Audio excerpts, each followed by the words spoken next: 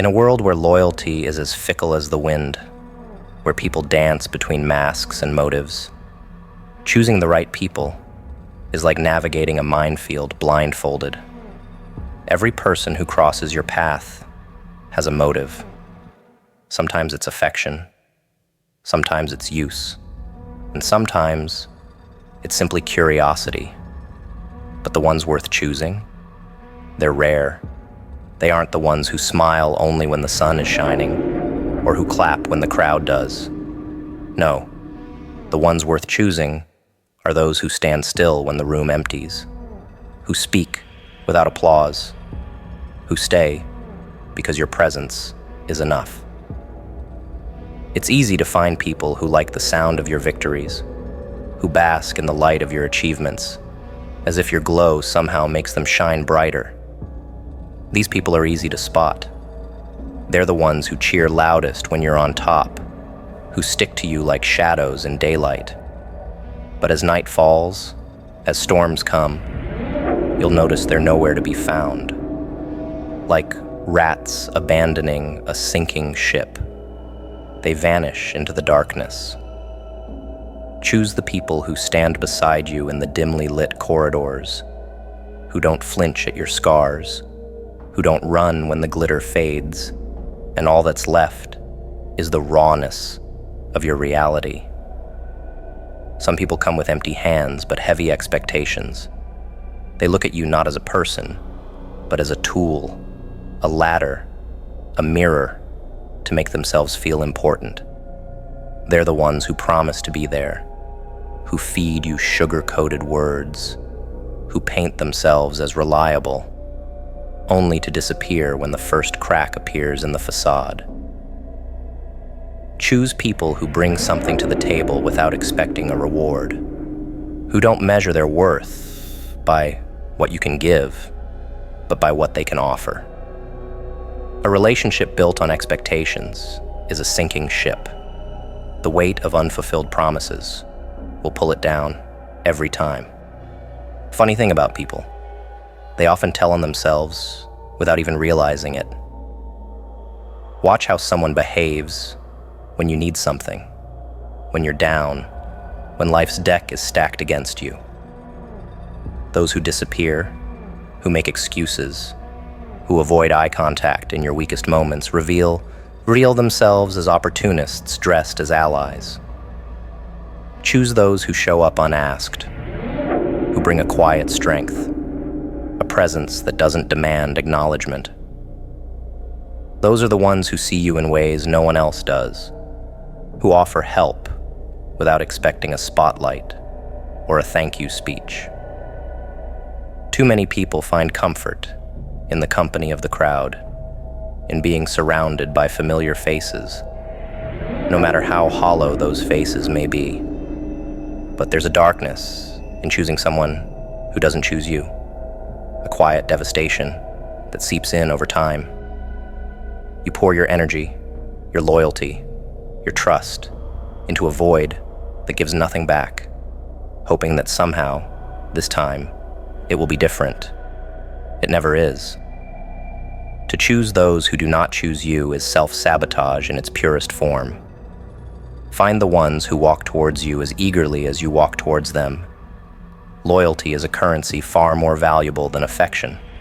Yet, people trade it away cheaply, thinking it's replaceable. Choose those who understand that loyalty isn't an obligation. It's a choice, made over and over again.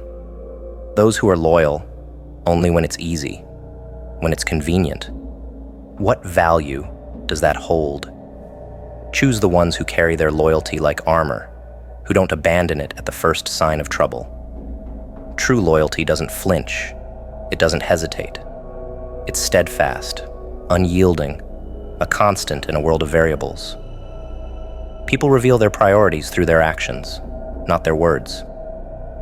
Anyone can say they care, but few act like it. Choose people who prioritize you in their actions, who don't just speak of loyalty, but live it. Watch how they respond when your light dims, when your path becomes less glamorous. These are the moments that separate those who truly care from those who only care about themselves. Choose those who don't just walk with you when you're at your best, but who stay when you're at your worst, who don't falter when things get ugly. Love, friendship, loyalty. These things aren't obligations. They're privileges, choices that carry weight. Too often, people give their loyalty to those who treat it like a convenience, something to enjoy when it's pleasant, and discard when it becomes inconvenient. Choose people who understand that loyalty isn't seasonal. The ones who will stand by you in the chill of winter, not just in the warmth of summer, are worth keeping close. Because in a world where loyalty is rare, those who possess it are priceless. Choosing the right people is an art, a skill that requires observation, patience, and often painful lessons. Many will disappoint. Few will rise to the occasion. But the ones who do, those who prove, time and again, that their loyalty isn't for sale, those are the ones who deserve your loyalty in return. They're not the ones who boast about their faithfulness. They're the quiet ones, the steady ones, the ones who don't need to say anything because their actions speak louder. It's a world where people cling to what they can't keep and chase the very things that only slip further away. There's a strange little thrill in watching them, in seeing how they reach for hands that never reach back, how they call out to voices that stay stubbornly quiet. You know the type. The ones who wait for approval like dogs left out in the rain, shivering and eager for scraps. And it's almost poetic, the way they bend and break, waiting on people who'll never bother to look their way. It's cold, isn't it? A cruel game that never ends. And the twist? The ones they wait for? Well, they never cared to begin with. Loyalty is a funny thing. People toss it around like a bargain in a market, trading it for the smallest smiles, the slightest glances. They'll bleed for it, suffer for it, even ruin themselves for a fleeting moment where they're seen, really seen, by the very ones who are blind to their existence. Yet, when the dust settles, when the lights go out, who stands beside them? Who stays? The sad answer is often no one. Like ghosts, they vanish, leaving behind empty promises and hollow words that echo long after they're gone. But maybe that's the beauty of it. Those moments when they realize they were alone all along, clinging to illusions that crumble the moment reality creeps in. That's when they learn, or maybe that's when they break. Now, some folks say to choose people who choose you, as if that's some kind of guarantee, a promise carved in stone. But what's a choice really worth when it's made out of convenience, when it's born of circumstance rather than truth? People are fickle. They sway with the wind, changing their minds with every new whim. One day you're the hero. The next, you're the villain. And in the blink of an eye, you're forgotten altogether. They'll take what they need and leave, filling their hands with pieces of you until there's nothing left. And the irony? They won't even remember the taste of your loyalty, the weight of your sacrifice. They're collectors, vultures dressed as friends, picking clean the bones of those foolish enough to give without question. So tell me, where's the wisdom in waiting, in standing around like a stone, hoping for the mercy of fair-weather friends who only ever stay when the sun shines? The world loves to preach about loyalty, about sticking around. But loyalty's only a virtue when it's mutual. Anything else? It's just madness dressed up as martyrdom, and nobody gets a trophy for bleeding dry. People waste lifetimes on ghosts, wearing themselves thin for souls who'll never give more than a hollow gesture in return. They think they're fighting for something noble, but really, they're prisoners of their own design, chained to the very people who'll watch them drown with a smile. There's a certain freedom in knowing this, though, in seeing the game for what it is and learning how to play it on your terms. Let them go, those drifters and fair weather friends.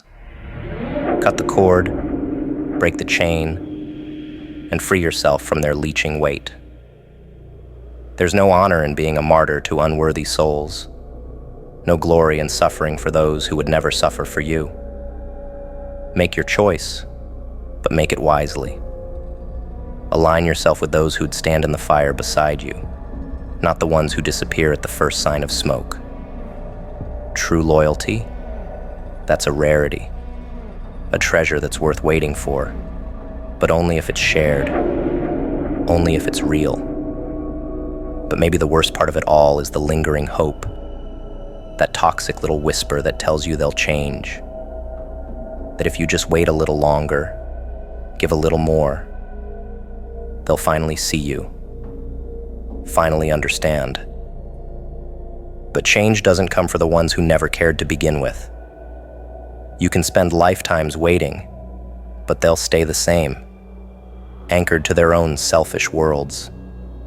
And you'll find yourself circling the same drain, hoping for a glimpse of something that was never really there.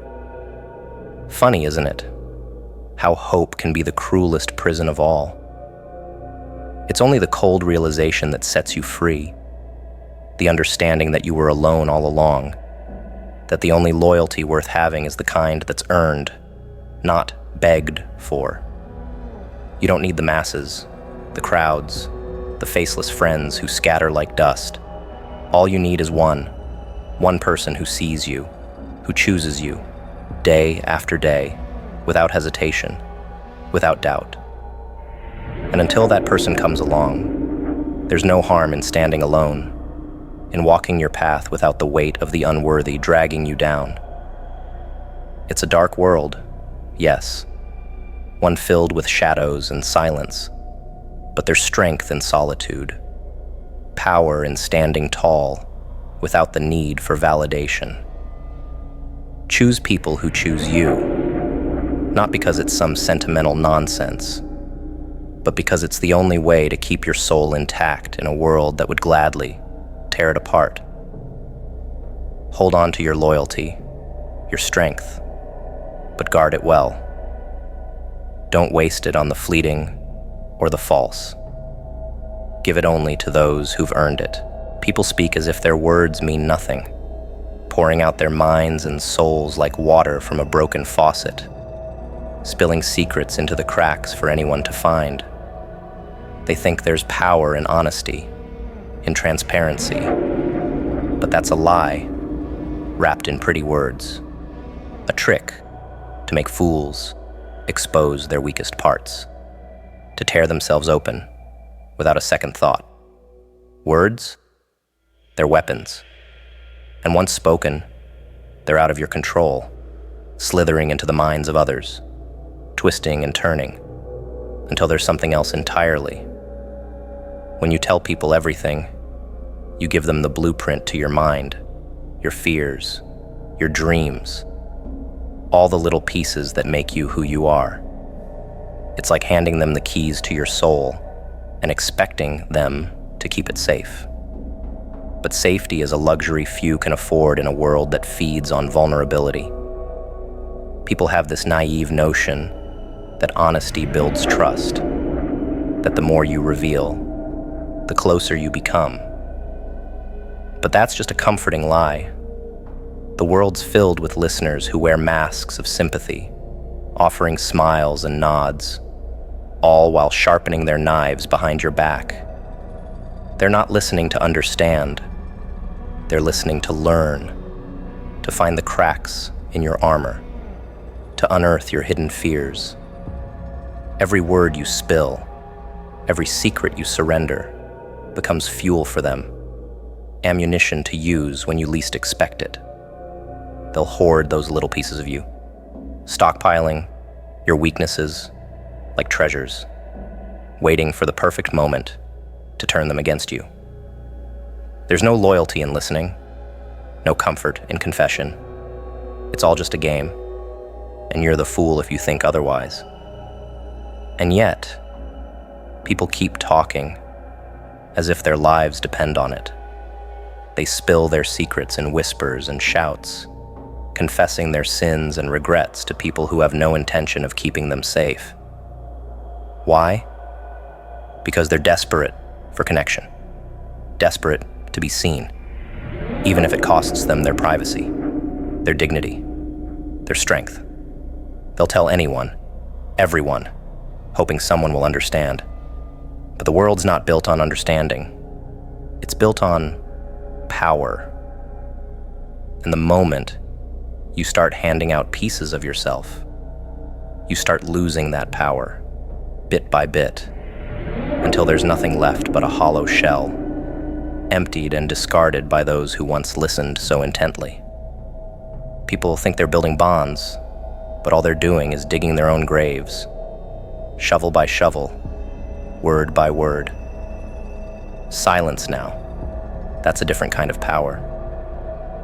Silence keeps people guessing, keeps them wondering what lies beneath the surface. It's a weapon, sharper than any word, a fortress, stronger than any wall.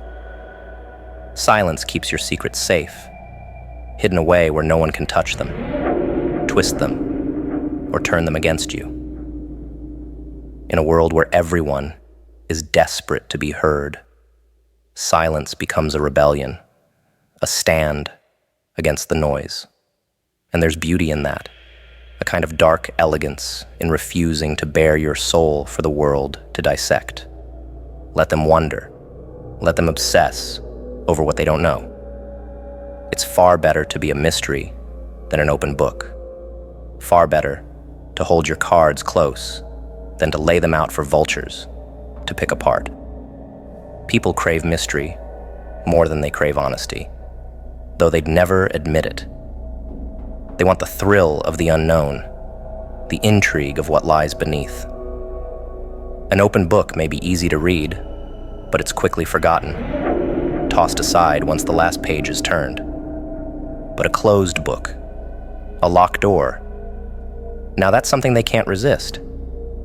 It keeps them coming back, keeps them haunted by questions they'll never find answers to. And that's where the real power lies, in the space between what's said and what's hidden. Silence isn't just the absence of words.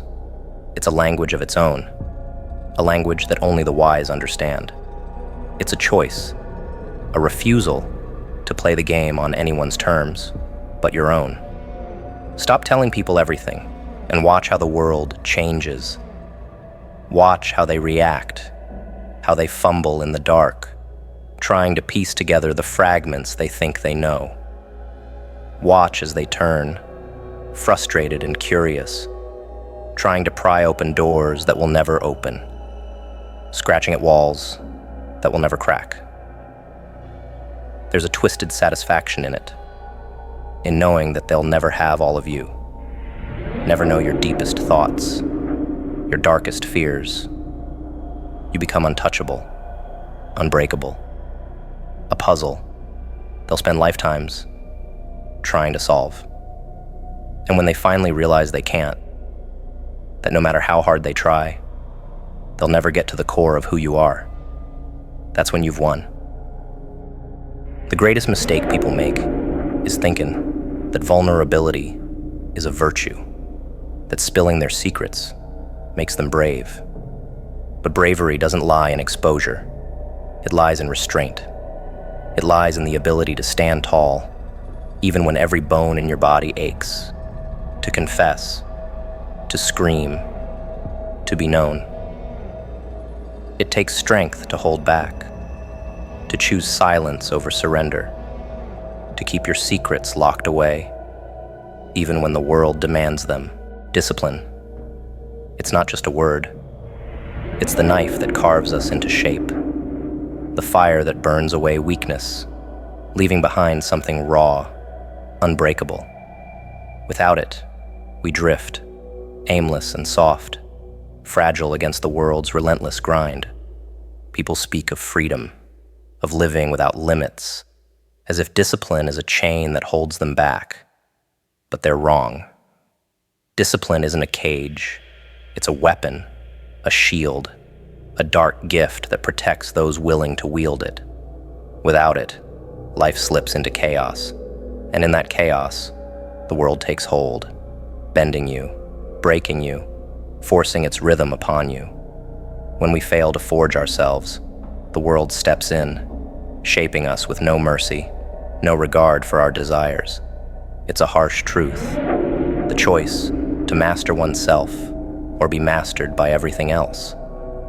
People think discipline is only about control, about restriction. But real discipline, true discipline, is liberation.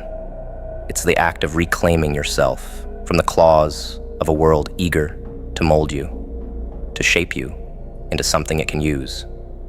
It's the edge you hold over everyone who drifts, who surrenders to the whims of circumstance, to the tides of other people's opinions. Discipline is refusing to let the world dictate who you are, refusing to be a product of anything but your own will. Those without discipline are merely passengers, carried along by forces they barely understand, prisoners to habits and impulses that aren't even their own. And what's left for them? Only the scraps, the leftovers of a life they never chose. In relationships, discipline isn't talked about often, but it's there, lurking in the shadows, the silent force that either strengthens bonds or destroys them.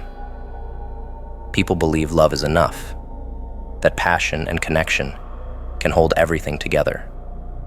But without discipline, relationships decay, collapsing under the weight of unchecked desires, misplaced loyalties, unspoken truths. Discipline is the line we draw, the promise we keep, not because it's easy, but because it's necessary. It's the choice to stay when leaving would be simpler, to silence the urge to hurt when we've been hurt ourselves. Without it, relationships rot, corrode from the inside out, poisoned by the very freedom we thought would sustain them. Discipline is love's dark twin, the force that keeps it grounded, stable, and real. And what of the mind? Discipline shapes our thoughts, our very perceptions, like an unseen hand guiding the blade. The mind is a wild thing, chaotic and restless, flitting from one thought to another, drawn to distractions, to indulgences, to the sweet poison of comfort.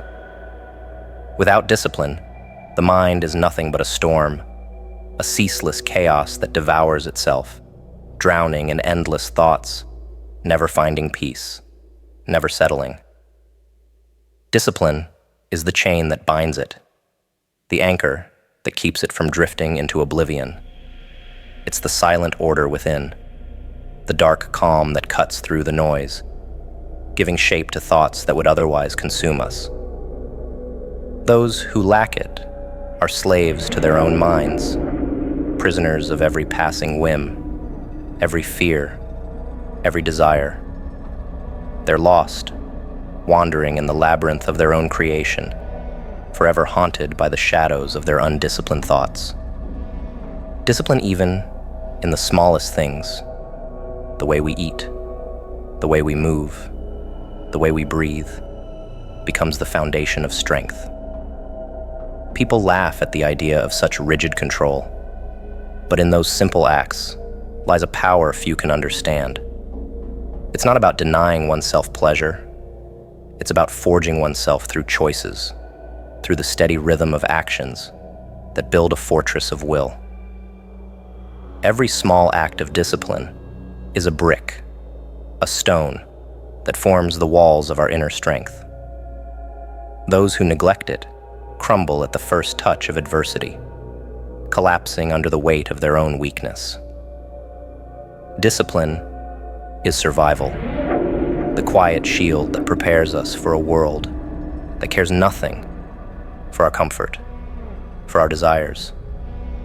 It's the hidden power that keeps us steady when everything else falls apart. And if we don't embrace it, if we don't claim it for ourselves, the world will discipline us in ways far crueler, far colder. The world has no mercy, no patience for those who drift. It's a beast, unfeeling and relentless, and it punishes the weak, the undisciplined, with a harshness that leaves no room for pity. Fail to discipline yourself, and life will do it for you, stripping away your illusions, your comforts, leaving you bare, exposed to the raw truth. The world will show no mercy to those who refuse to master themselves, shaping them into something less than human, something hollow, a puppet to forces they barely understand. Discipline is the choice to harden oneself before the world has the chance, to build the walls before they're breached. To find strength before strength is the only option left. People believe they'll find the right souls by some magic of energy, by chance. They never look at themselves, never examine the creature they've become. And the harshest question sits, waiting, cold and sharp. Would you want to be around you? There's nowhere to hide from that question. It cuts to the bone, slicing through the mask and the pretenses. Strip away the surface and look deep, where the dark truth waits. If you wouldn't choose yourself, then the answer's already there. Work to do, a mess to clear, a shadow self to confront. The ugly irony is that the only thing holding you back is yourself.